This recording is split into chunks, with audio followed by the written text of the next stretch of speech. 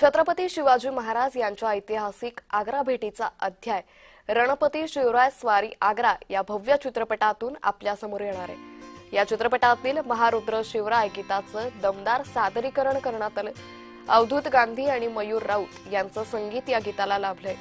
Panorama studios मुगाफी निर्मित आणि दिग्पाल रानसेकर दिग्दर्शित रणपती शिवराय स्वारी आग्रा हा सिनेमा 30 जानेवारीला प्रेक्षकांच्या भेटीला येणार आहे। लेखक दिग्दर्शक दिग्पाल लांजेकर यांच्या संकल्पनेतून उदयास आलेल्या रणपती शिवराय स्वारी आग्रा या चित्रपटातील छत्रपती शिवाजी महाराजांचं प्रथम दर्शन यावेळी उपस्थितांना अनुभवता आलं।